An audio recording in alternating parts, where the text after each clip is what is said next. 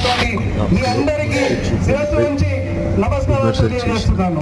ముఖ్యంగా కొల్లాపూర్ పట్టణానికి పట్టినటువంటి చీడను విరగొట్టాలని చెప్పేసి ప్రధానంగా ఈ ప్రజలకు తెలియజేస్తున్నాను. 40 సంవత్సరాలుగా అధికారంలో ఉన్నటువంటి జూపల్లి కృష్ణారావు గారు ఈ నియోజకవర్గానికి ఏం చేశారు? కేవలం మాటలు, దౌర్జన్యాలు తప్ప ఏ ఒక్క అభివృద్ధి చేయలేదు. దాదాపు 40 సంవత్సరాల నుంచి ఉన్నటువంటి శ్రీశైలం ముంపు నిర్వాసితులకు సంబంధించినటువంటి విషయాన్ని కూడా ఇప్పటి వరకు పట్టించుకోలేదు.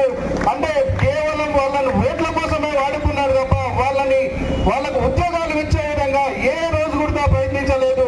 అందుకే ఈ రోజు అందరూ కూడా బీజేపీ వైపు వచ్చి వాస్తవానికి వాళ్ళకు ఉన్నటువంటి సమస్యలు అంటే గతంలో ఇప్పుడున్నటువంటి ముఖ్యమంత్రి గారు కొల్లాపూర్ నియోజకవర్గానికి పర్యటనకు వచ్చినప్పుడు కూడా ఇక్కడే కొల్లాపూర్ లో మాట్లాడిండు.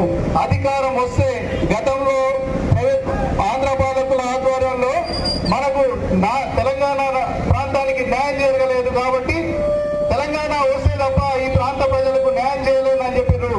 10 సంవత్సరాలు అధికారంలోకి వచ్చినటువంటి బీఆర్ఎస్ నాయకులు ఆ మాటతో 10 సంవత్సరాల్లో కూడా ఈ 98 జీవో వాళ్ళను కేవలం ఓట్ల కోసమే వాడుకున్నారు. కానీ ఒక్కరు కూడా ఉద్యోగం ఇయ్యనటువంటి పాపాగా మిగిలిపోలేదు. అదే జూపల్లి కృష్ణారావు గారు మళ్ళీ కాంగ్రెస్